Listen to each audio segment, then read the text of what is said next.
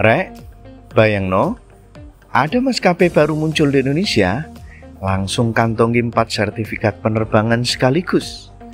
Tapi yang tanda tangan bukan Menteri Perhubungan loh. Piye iki? Namanya keren, Indonesia Airlines. Tapi jangan keliru, ini bukan punya negara yo rek. Dan yang paling bikin penasaran, sertifikatnya bukan dari Menteri Perhubungan, tapi dari Menteri Investasi. Ini yang bikin heran, meskipun sudah mengantongi 4 sertifikat, tapi maskapai ini belum punya izin resmi untuk terbang. Kok bisa? Ya wis rek, daripada penasaran, yuk kita bahas tuntas di video kali ini. Tarik cak!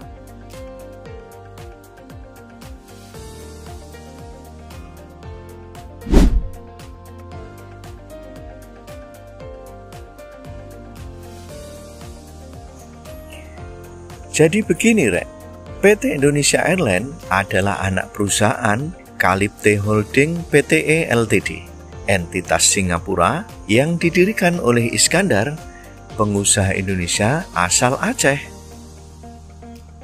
Meski berkantor pusat di luar negeri, kendali utama dan visi maskapai bersifat nasional.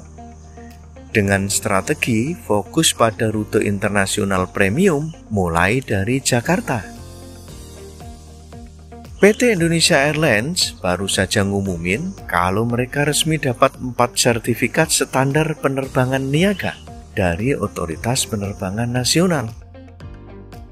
Bukan 1, bukan 2, tapi 4 sertifikat sekaligus.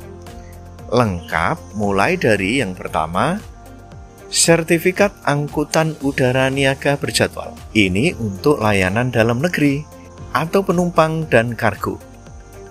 Yang kedua, Sertifikat Standar Angkutan Udara Niaga Berjadwal. Ini untuk layanan luar negeri. Yang ketiga, Sertifikat Standar Angkutan Udara Niaga Tidak Berjadwal. Jadi ini untuk penerbangan dalam negeri. Dan yang keempat, Sertifikat Standar Angkutan Udara Niaga Tidak Berjadwal. Ini untuk penerbangan luar negeri.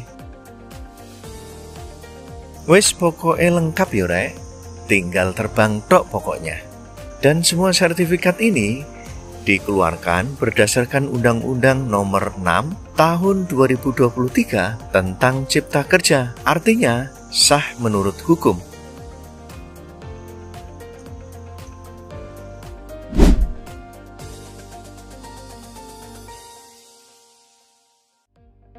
Nah, ini yang bikin banyak orang bertanya-tanya. Sertifikat resmi, tapi yang teken ternyata bukan dari Menteri Perhubungan. Loh, kok iso?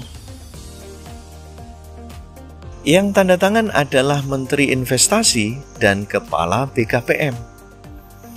Katanya sih, ini sah secara aturan karena Cipta Kerja memang memberi wewenang pada sistem OSS, yakni Online Single Submission.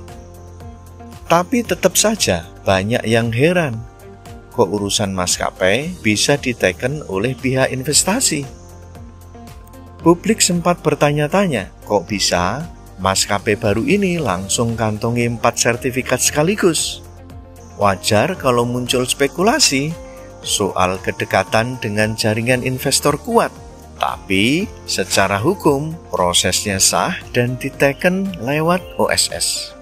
CEO-nya Pak Iskandar langsung kasih klarifikasi.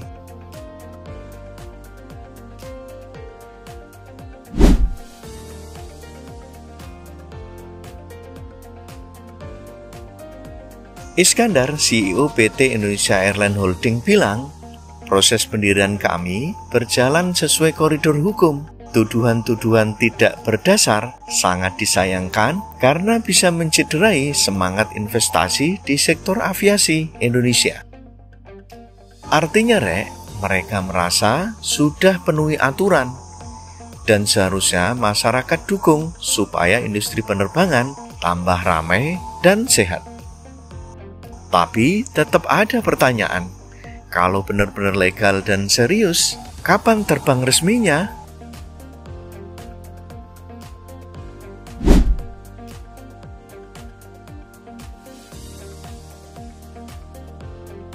Indonesia Airlines katanya sedang finalisasi soft launching dan sedang deal dengan Booking Entertainment dan promotor konser di New York. Gak main-main, Rek. Brand ambasadornya katanya bakal diumumkan bareng peluncuran resmi maskapai.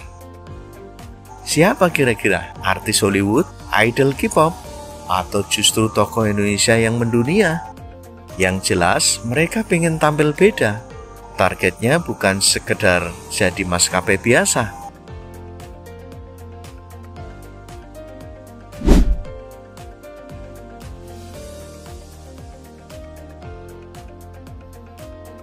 Indonesia Airlines digadang-gadang bakal layani rute internasional dengan konsep layanan premium dan armada modern.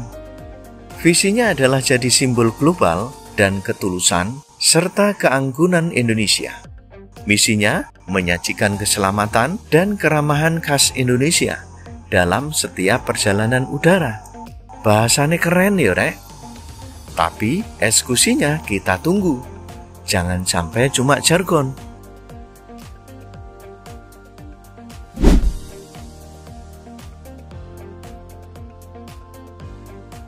Rek, ternyata ada update penting dari Kementerian Perhubungan.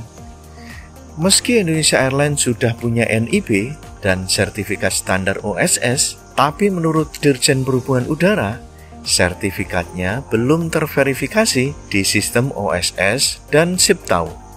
Artinya, maskapai ini belum punya izin resmi untuk terbang.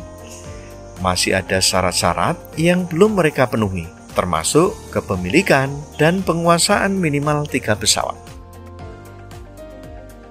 Setelah verifikasi selesai, baru bisa lanjut ke proses Air Operator Certificate atau AOC. Dan dari situ, baru bisa ngurus rute penerbangan dan standar pelayanan sesuai aturan Kementerian Perhubungan.